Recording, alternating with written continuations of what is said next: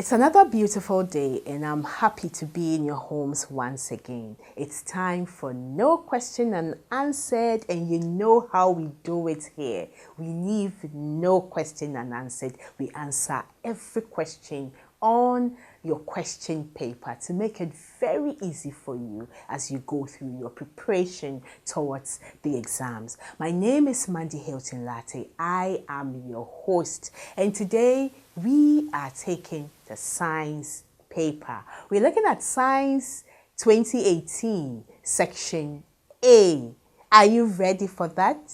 Yes, we're ready for that. We're going to join Mr. Mensah in the classroom as he takes us through each question on paper 1 of BECE 2018, Science. Don't move an inch. Let's go to the classroom. I'll be right back.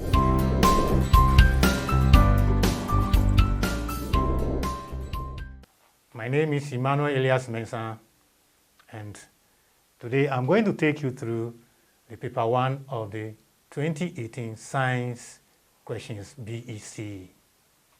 Now, question 1, and I read, the space occupied by matter is its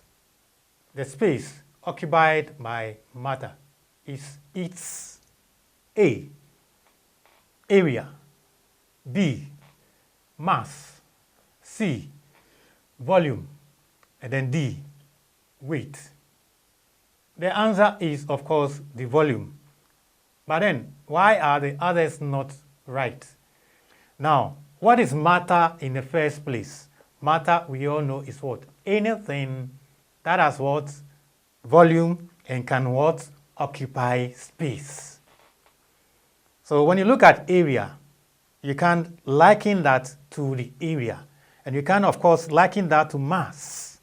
And of course, the weight. Weight, I would say, even changes in different areas of the continent. The weight that you have in Ghana here might not be the same weight when you go to Greenland. On a scale, it will differ. So, it cannot be weight, but definitely it should be what? Volume. So, the answer there, the option there is what? C, volume. Now, question 2. Which of the following structures contain cellulose? Which of the following structures contain cellulose? Now, cellulose is a substance, it's like a cartilage, rubber-like, that always protects living cells. Now, not all cells have cellulose, except plant cell. Plant cell. Now, let's go through the options. A, cell wall. B, cell membrane. C, chloroplast. D, mitochondria. Now, option A, cell wall. Plant cell has a cell wall. Animal cell also has a cell wall. Both cells have what? Cell walls. That protects the innermost contents, that is the protoplasm of the cell. Now, B, cell membrane. Plant cell has a cell membrane. Animal cell has a cell membrane. That is the inner cell itself. We have the chloroplast. The chloroplast is found in only animal cells. Chloroplast contain what we call chlorophyll. Chloroplast is an organelle that is found in plant cell. When I say organic, they are special structures that are purported to perform specific functions. That includes the nucleus, the mitochondrion, the chloroplast itself. Now, let's go through the options. The chloroplast you are seeing there is only seen in the plant cell. Animal cells don't have chloroplast. Why? Because we don't manufacture food on our own. Animals don't manufacture food on their own, but they depend on, directly or indirectly, on plants. So that is why we have chloroplast only in the plant cell. And this chloroplast is what contains chlorophyll, the green coloring matter in the plants you are seeing, the green color you are seeing, chlorophyll, and they are contained in this chloroplast. That is another organelle. Then we have mitochondrion. The mitochondrion is also the energy source of the cell. It's an organelle as well. So you can see, you all agree with me that the one we see in the plant cell, that is what? The cell wall. Which of the following structures contain cellulose? Of course, it should be what? The cell wall. The right answer is what? Option A. That is cell wall. That has what? Cellulose. Question 3. Which of the following activities are cultural practices used in tomato cultivation? Tomato is a vegetable, so they are talking about what? Vegetable cultivation, specifically tomato. Now, pest control. You ask yourself, do we practice this when we are cultivating tomato? Pest control. The answer is yes. Pricking out. Of course, when we have planted tomato, we do pricking out. What is pricking out? The pricking out is when you have transplanted or you have nested the seedlings and they have compounded. In that case, will bring about competition in sharing the nutrients. They do pricking out so that the plants will be free from what? Any competition. Pricking out. So it's also correct. We do pricking out in tomato cultivation. Now, fertilizer application. Of course, when the soil is not that rich in providing the right nutrient for the tomato, we apply fertilizer. So fertilizer application is also correct. We apply fertilizer when we are cultivating tomato. Option A, I and I only. You agree with me? It's not correct. Option B, I and I only. That is also not correct. Option C, I and I only. That is also not correct. So definitely it should be what? Option D, which is I, and then I. Question 4. The farming system that makes effective use of available soil nutrients in a growing season is what? The farming system that makes effective use of available soil nutrients in a growing season is which of this process? A, crop rotation. B, land rotation. C, mixed cropping. D, mixed farming. Now, when we talk of soil nutrients, what do we mean? The soil nutrients are the nutrients required by plants to have a healthy growth.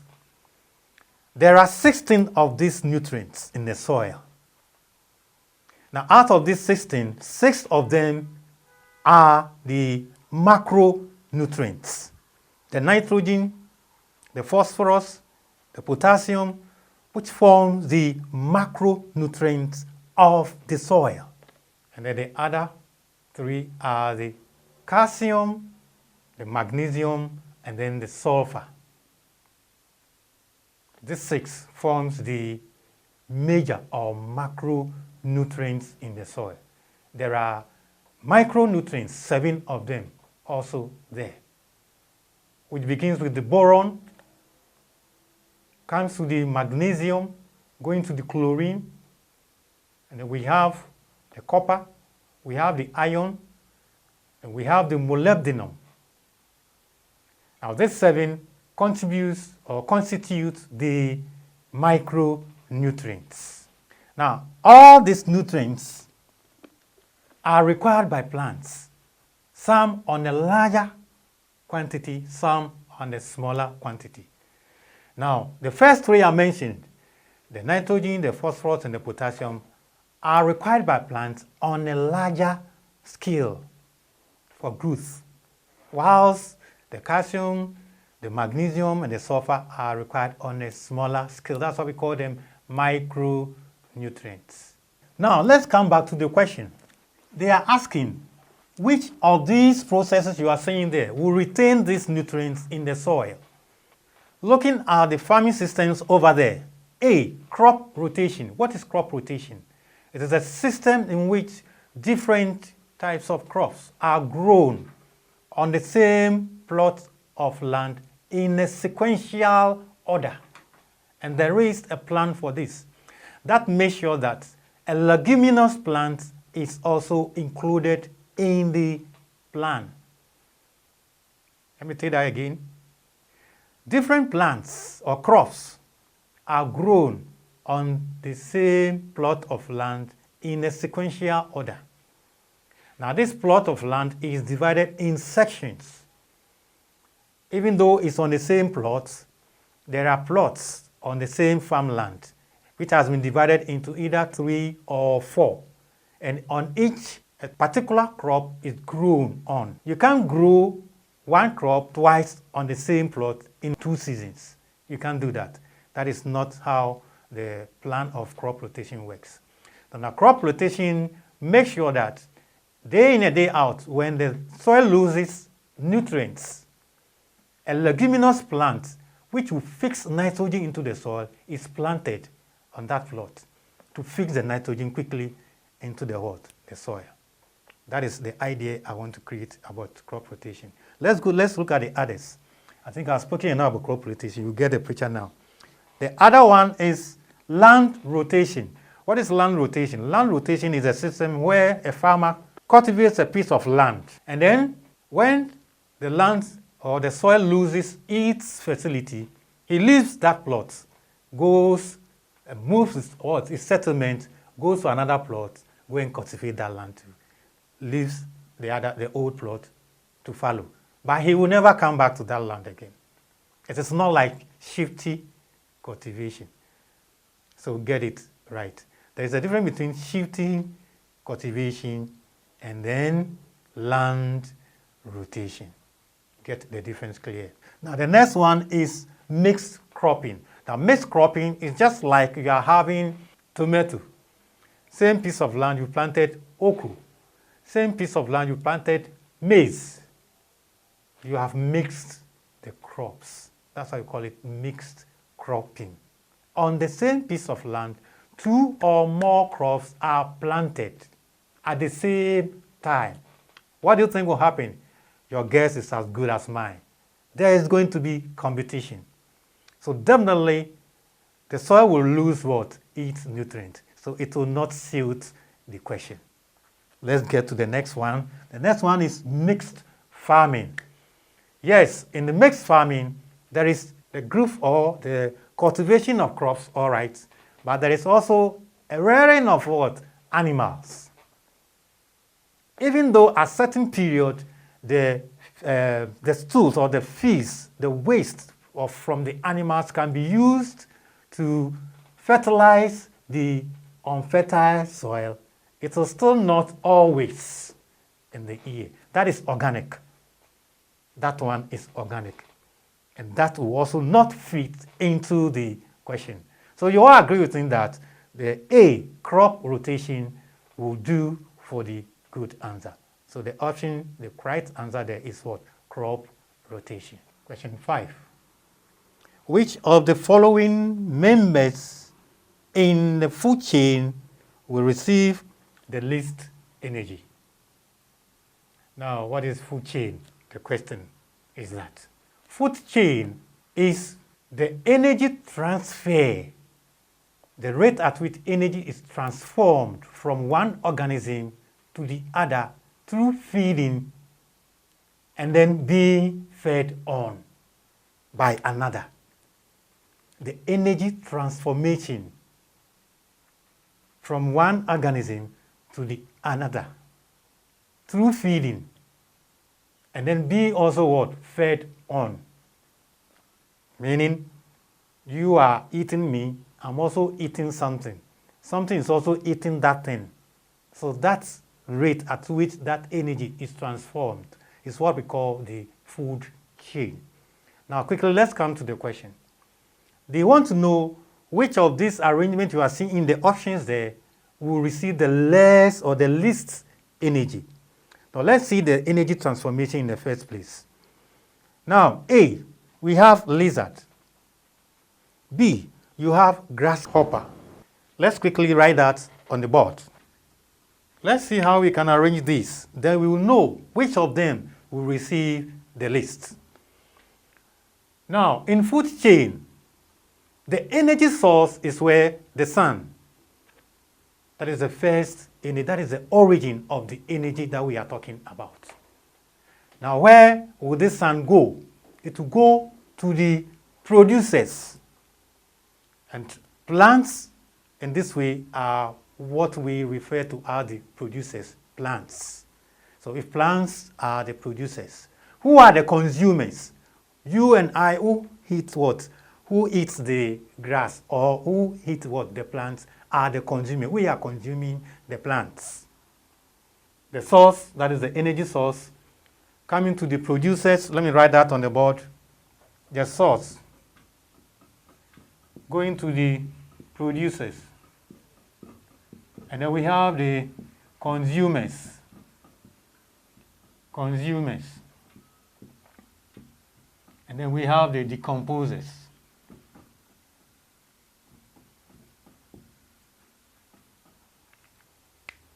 Now the source, of course, like I said, the sun.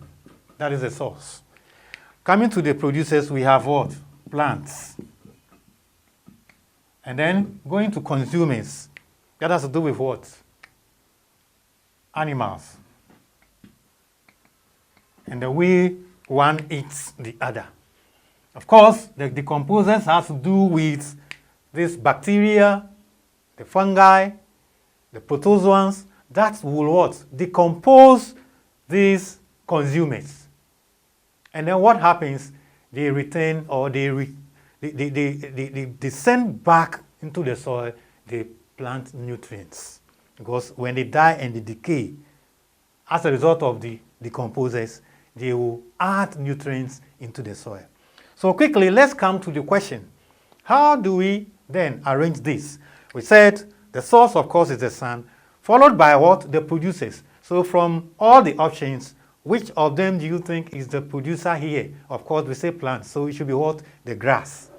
So grass, followed by what? Going to the producers. What eats the grass?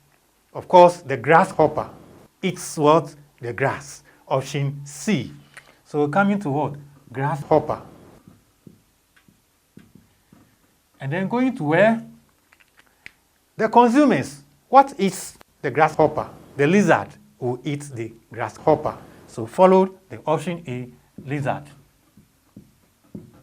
And then, of course, coming to where? What is the lizard? The hawk who eats what? The lizard. So this is the energy transformation in this option you are seeing. So which one do you agree will what? Receive the less energy? You agree with me what? It's what? The first. Okay? So now, the producers, even though it's a grass, that is where the least come, because the one as the energy is transformed. This is the arrangement of the energy transformation. Energy transformation. That is how it is.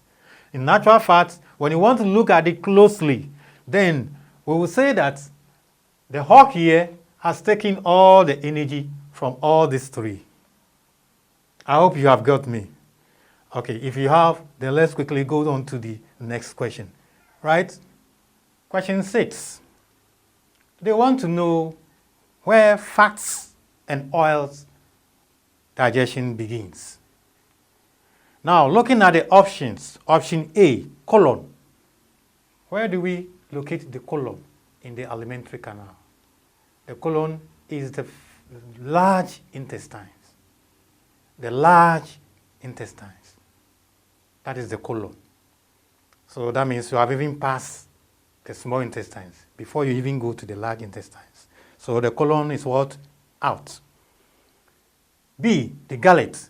The gullet is before the stomach. That is just behind the what? The back of your throat. That is the pharynx. The back of your throat.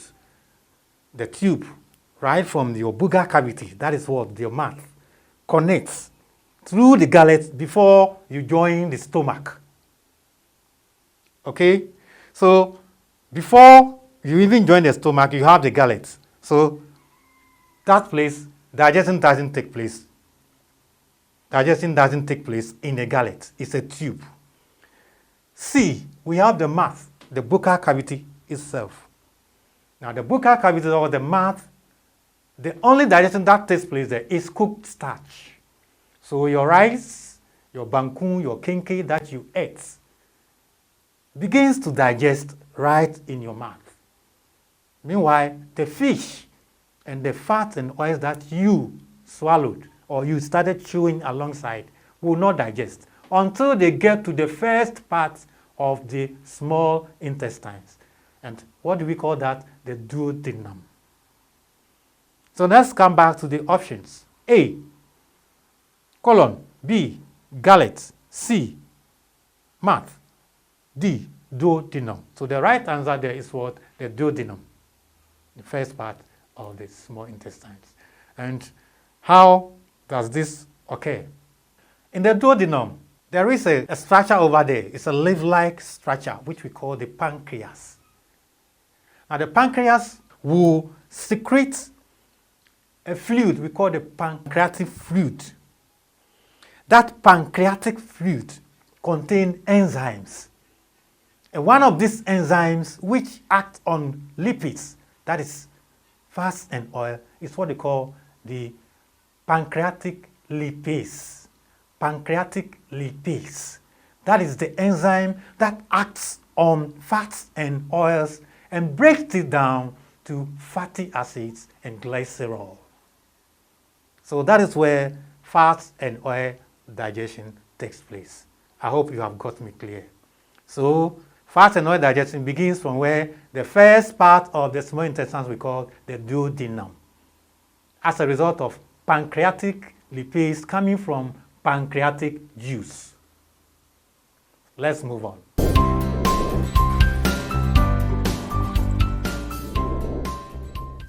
Welcome back. So we've gone through the section A of Science 2018. Thank you, Mr. Mensah, for that. I believe you have learned a lot and you are going to put them to good use. And no question unanswered. We stand for excellence. We want to make sure that you pass your exams and pass very well. So never miss out on any of the episodes. All subjects are important, so never, make sure you join us every time on No Question Unanswered. My name is Mandy Hilton Lati, and let's get to the top together. See you next time. Bye-bye.